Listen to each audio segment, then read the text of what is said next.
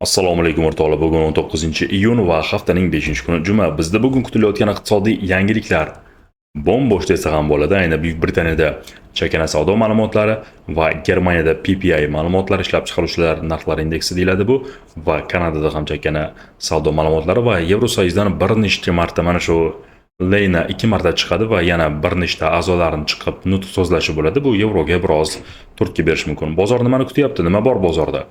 Nima uchun dollar kecha biz narxlagandan keyin ko'tarilib ketdi? Tushishni o'rniga o'rtoqlar, Yaqin Sharq masalasi yana yuzaga kelib chiqyapti va bu orada hozir xavfsiz aktiv sifatida dollar biroz qo'llab-quvvatlab topyapti va o'zini haylaridan ham yuqoriga yana harakatni ko'rsatib berganligini guvohi bo'ldik. Hozir o'rtoqlar, men dollar indeksi bugun bozorni sizlarga narxlab bermayman, chunki bugun bozor qilishni men aslida tavsiya ham bermagan bo'lardim. Keling, kechagi holatni gaplashaylik. Bozorda biz asosan fundamental yo'nalishni topamiz. To'g'rimi? Mana shu dollar mana shu tomonga harakatlanishi mumkin. Mana bu falon sabablarga ko'ra. Chizib qo'yganimdan keyin shunaqa insonlar bor ekanki, men chizsam buni signal deb o'ylar ekan va shu joydan kirib ketar ekan bozorga. Menga afsus, videolarimizni oldindan kuzatib kelayotganlar buni biladi xolos. Iltimos, buni savdo g'oyasi signal sifatida qabul qilmang. Biz ham xato qilamiz o'rtoqlar. Wall Street traderlari, instrument traderlar, hedge fondlar, hattoki Nobel mukofotini olgan insonlar xato qilgan ayni mana shu Forexda.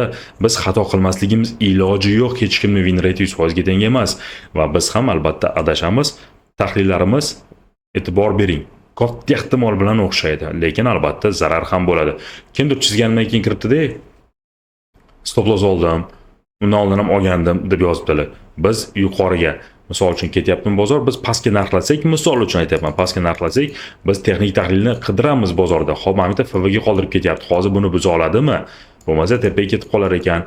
Bizda nima bor bozorni pastga tortadigan? Mana shunaqa holatlarni o'rtoqlar, hozir bozor agar yuradigan bo'lsa, mabodoga mana bu FV ga hosil qiladigan bo'lsa, mabodo biz nima qilamiz? Bozorni biroz yuqorilasa ham mana shu joyga kelib bitta tasdiq olib, keyin yuqorilab ketishligini yana ko'rishimiz mumkin. Mana shu holatni ssenariy kutyapman. Aslida bugun dollar indeksini yuqoriga narxlayapman desam bo'ladi.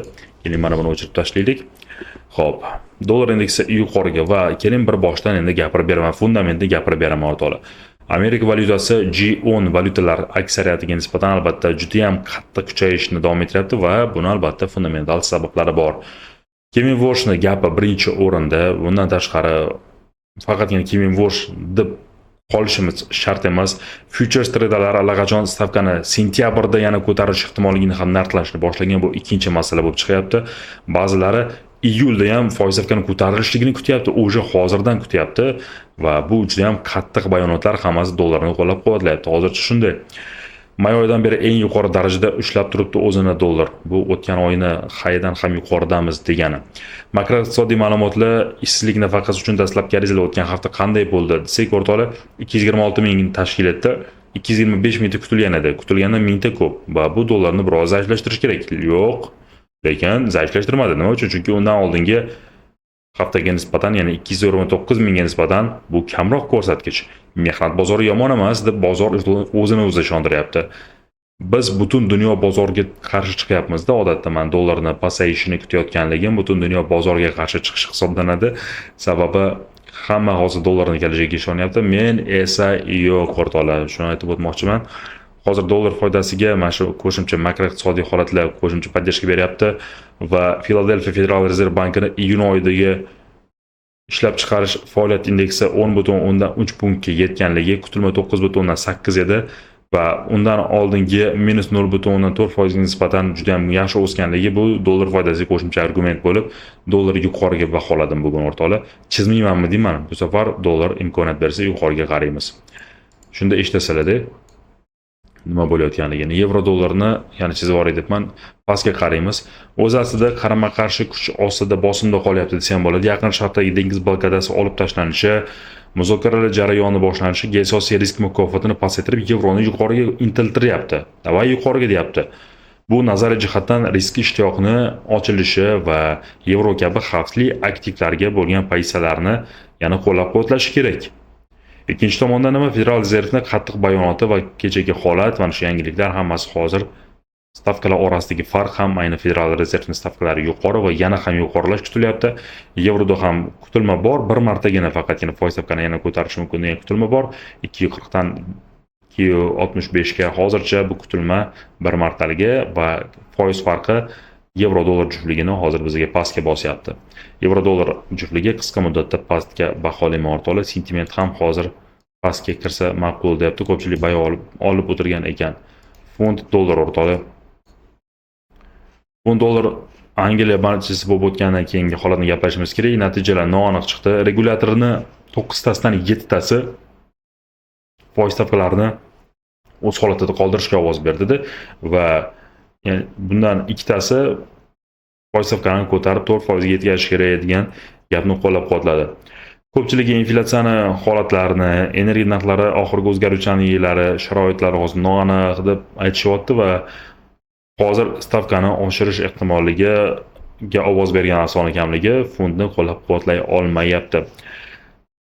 Hozircha inflyatsiya bizda noaniq, kichik holatda turibdi va Buyuk Britaniyani o'zini ichki siyosatlari ham hozircha noaniqligi ichida funt aslida bosim ostida qolayotgan valyuta sifatida va undan tashqari biz hozir nima qilyapmiz? Hozir dollarning kuchayotganligi, vaqtinchalik kuchayotganligini, buni ayni nima sababdan dollar hozircha kuchayotganligi yana bitta qo'shimcha faktor bor. Buni tahlil davomida oxirroqqa borganda aytib beraman. Hozircha emas va nima uchun degan savolga ana shu yerda javob topasizlar. Buni o'qiganlar bo'lishi mumkin, yangiliklarni kuzatib borayotganlar biladi. Neft bugun o'rtoqlaman yuqoriga qarashni ma'qul ko'raman. Keling neft bo'yicha optimizmni ko'rib chiqaylik. Eng qiziq voqealar mana shu neftda ro'y beryapti. Haftaniki Amerika nefti etaloni VTI hozir hafta davomida taxminan 9.5% yo'qotishni qayd etgan va Yaqin Sharqdagi diplomatik yutuqni bevosita natijasi desam bo'ladi. AQSh va Yaqin Sharq yakuniy kelishuv bo'yicha 60 kunlik muzokaralar jarayonini boshlash degan holati o'zaro ularni memorandum tuzishga chaqiryapti va hozir Yaqin Sharqdagi dengiz blokadasi olib tashlanganligi Pentagon xabar berib tasdiqladi bu narsani. Natija darhol bo'ldi. Amerika rasmiylari ma'lumotlariga qaraganda bir necha kemalar bir kechani o'zida bo'g'ozdan birorta ham hodisasiz, hech qanaqa hujumlarsiz 12,5 million barrel neft o'tkazgan. 12,5 mingta bachok tushunyapsiz, qancha katta bu. Ilgari olib ketilgan neftni tashigan tankerlar mintaqani sekin tark etishni boshlagan. Bir vaqtda hozir ishlab chiqarishni Kuvayt yana tezlashtirib allaqachon sutkasiga 2 million barreldan oshib ketganligini ham aytib o'tishyapti. Yaqin Sharq tomoni ham janubiy portlardagi kema almashuvi normallashganligini ma'lum qildi. Bu VTI'da pastga berish kerak edi. Nega past ketmayapti o'rtoqlar? Xalqaro energetika agentligi ogohlantirishi qanaqa bo'ldi o'rtoqlar? Agar kelishuv kuchda qolsa, jahon neft bozori sezilarli taklif ortiqchaligiga duch kelishi mumkin. Bu albatta narxlarni rasprodaji bo'lishiga olib keladi, to'g'rimi? Investitsiya banklarini kecha ham aytib o'tdim, allaqachon o'zini neft bo'yicha prognozlarini yana qayta pastga qarab baholab chiqdi. 110-90 deganlar 80-75 larga tushirdi. Misol uchun shunaqa qayta ko'rib chiqishni boshladi. AQShda benzin narxlari ham martdan beri birinchi marta 4 dollardan pastga tushdi, ancha yuqori edi. Bu bir tomondan qarang, dollarga mana shu melishlar borda o'sha sekin ta'sirini boshlayapti. Mana bu Yaqin Sharq kelishuvi bo'lishligi sekin narx-navolarni tushiryapti va mana AQShda benzin narxlari ham tushganligi inflyatsiyani sekin kamaytiradi. Hali ko'rsalar dollar foiz stavkani ko'tara olmay qolish ehtimolligi bor. Ha, mayli. Nima bo'lyapti o'zi? Traderlar hozir ehtiyotkor savdo qilish kerak neft bo'yicha. Men hozir bitta gapni aytaman video davomida va siz shunda bilib olasiz. Va undan tashqari o'rtoqlar, videoni shu joygacha ko'rganlarga meni bitta murojaatim bor. USD-ni ham bugun o'rtoqlar yuqoriga aslida baholashimiz sal mantiqan to'g'ri, lekin Kanada dollari o'z aslida kuchliroq. Keling, bitta boshqa gapni umuman mavzudan chetlashamizda. Markets traderlar o'rtasida konkurs o'tkazsa qatnashgan bo'larmidingiz? Yaqinda Telegram guruhga menimcha dushanba kuni men natijalarni e'lon qilinishligini sizlarga tashladim va natijalar e'lon qilindi. 5 ta ishtirokchi $100 pul mukofotini yutib oldi. Mana shunaqa pul mukofoti yutishni istaganlar bormi? Traderlar jangida qatnashishni istaganlar bo'lsa, men sizlar uchun alohida o'sha registratsiya ssilkasini qoldiraman. Ro'yxatdan o'tasiz va ro'yxatdan o'tib ishtirokchiga aylanasiz. Yutsangiz albatta natijalarni ko'rib kuzatib tursangiz bo'ladi. Yutsangiz pul yutug'i ha qatnashgan bo'lardim traderlar jangida deb yozib qoldiring. Necha kishi ekanligini bilib oling va statistika yuritish uchun ko'ramiz. Hozir men shunga qarab, balki bu narsani yana ham chuqurroq kirishgan bo'lar edim. Qani, kim nima fikrda? Marhamat, yozib qoldiring. Traderlar batalda ishtirok etarmidingiz? Nima qilish kerak?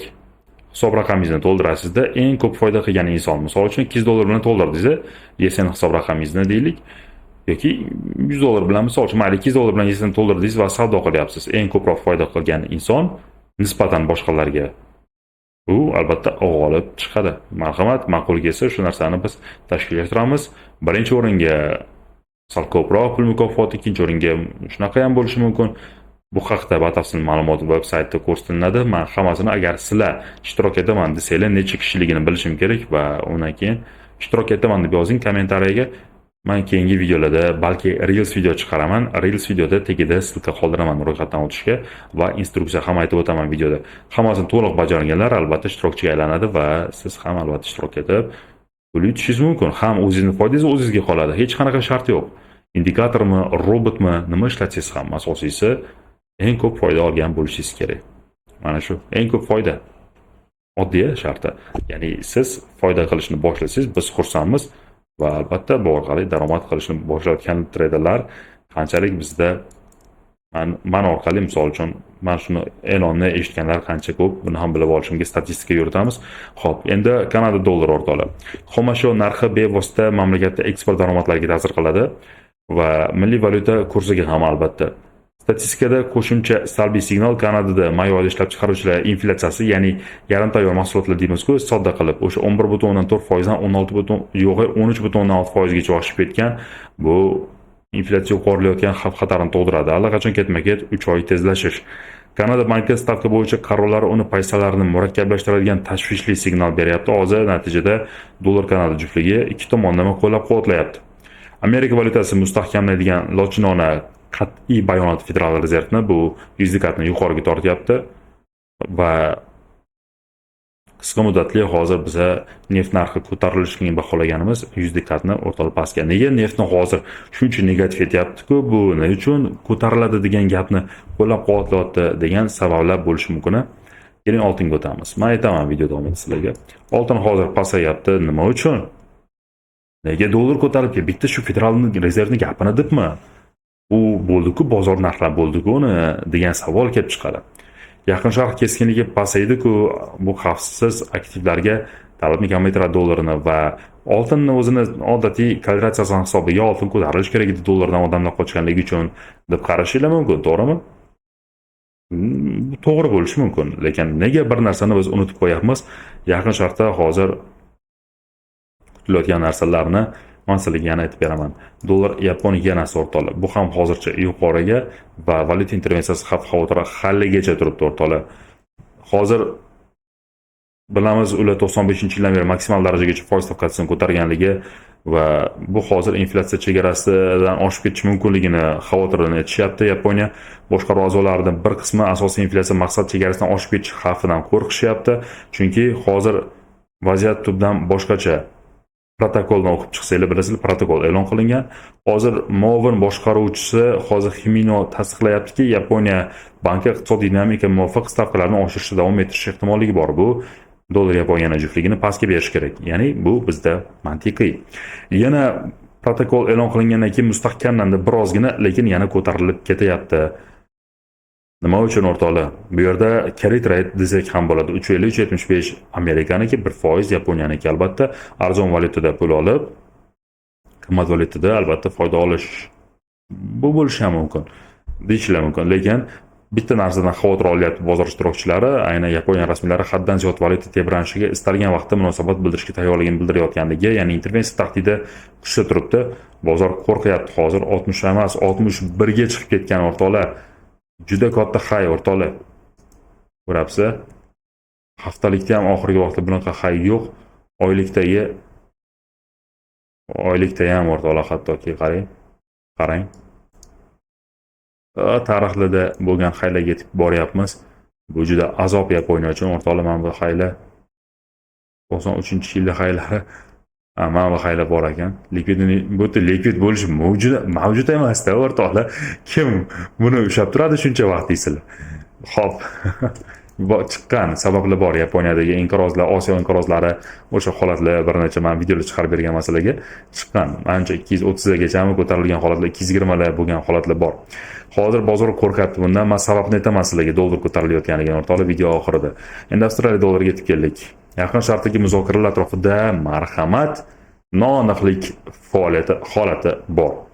AQSh vitse-prezidenti Vens Shveysariyadagi muzokaralar safarini kechiktiryapti. Yaqin Sharq delegatsiyasi o'z vaqtida mamlakatni tark etish qiyin bo'lganligi sababli, lekin o'rtoqlar, Oq uy birinchi texnik muzokaralar raundini bugun bo'lmasligini ham bildirdi. Ya'ni Shveysariyada kutilayotgan muzokaralar bugun bo'lmaydi. Marhamat o'rtoqlar. Shveysariyada borish niyati borligini bildirishdi Vens, lekin dam olish kunlariga to'g'ri kelyapti bu erta-indin. Tinchlik kelishuvi buzilishiga oid har qanaqa xavotirlar investorlarni albatta himoya aktivi dollar sari qaytarib yuboradi ham. Va Avstraliya dollari bosim ostida qolyapti. Sellni ma'qul ko'ryapmiz bugun. Federal rezervni lochinona foni ham bu orada albatta dollarni yana qo'llab-quvvatlayapti, ya'ni xavfsiz boshpana. Traderlar diplomatik kun tartibiga hozir e'tibor bilan qarash kerak. Kun davomida diqqat bilan o'qish kerak yangiliklar nima bo'lyapti. Yo'nalish to'satdan o'zgarishi mumkin.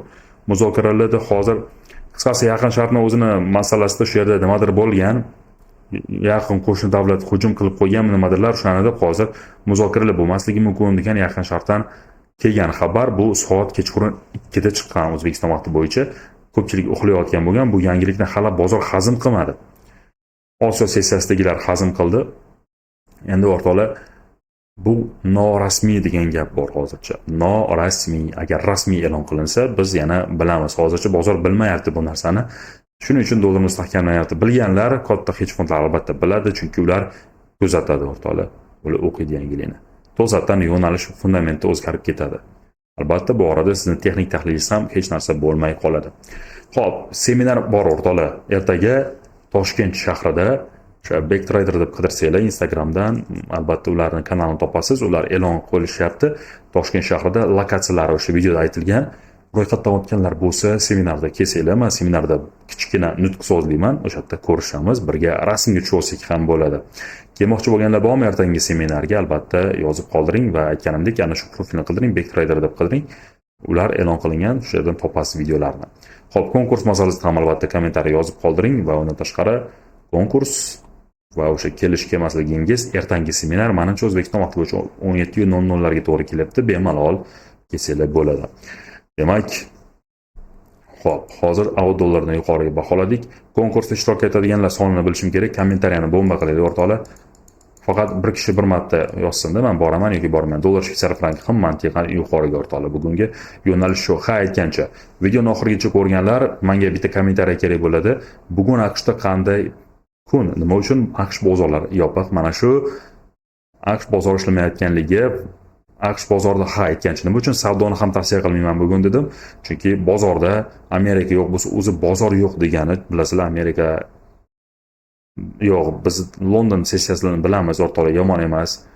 Katta pul aylanadi, lekin AQSh bozori asosan ikkala sessiya birlashgan vaqtiga to'g'ri kelayotganligi bu kuchli impulslar, kuchli volatillik keltirib chiqarardi, lekin bozor bugun katta igroklar aralashuvi, tim bo'lib buni ustiga o'rtoqlar, mana Yaponiya markaziy banki ham hozir Amerika yo'qligidan foydalanib bozorda intervensiya qilish xavf-xavotiri mavjud.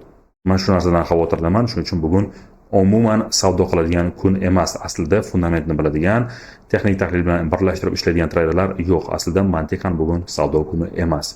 To'g'ri, bozor bir tomonlama harakat ko'rsatib berishi ham mumkin. Bu juda katta imkoniyat bo'lishi ham mumkin. Bozorda to'satdan spreadlar kattalashish ehtimoli bor. Nima uchun? Chunki bozordan ob'yom chiqib ketadi. Bozordan ob'yom chiqib ketadi va birozgina ko'proq kapital bilan kirganlar bozorni harakatga keltirib yuborish mumkin va bu orada to'satdan u yoqqa impulslar, to'satdan impulslar albatta kutiladi. To'satdan spread o'ynab ketishi, bu holatlar bo'lishi mumkin. Shuning uchun hech kim birovni ayblagisi kelmayotgan bo'lsa, albatta bugun bozor qilmang. Aqlli trader bugun bozorda foyda olishga harakat qilmaydi. Demak, bugungi bayram nomini ham video ostiga yozib qoldirsanglar, men sizlarni videoni oxirigacha ko'rayotganlarini bilaman. Barchaga rahmat o'rtoqlar. Kuninglar xayr bo'lsin. Sizlar bilan yana kun davomida har xil videolar chiqaraman. Mana shu videolarni ko'rishguncha xayr, salomat bo'linglar.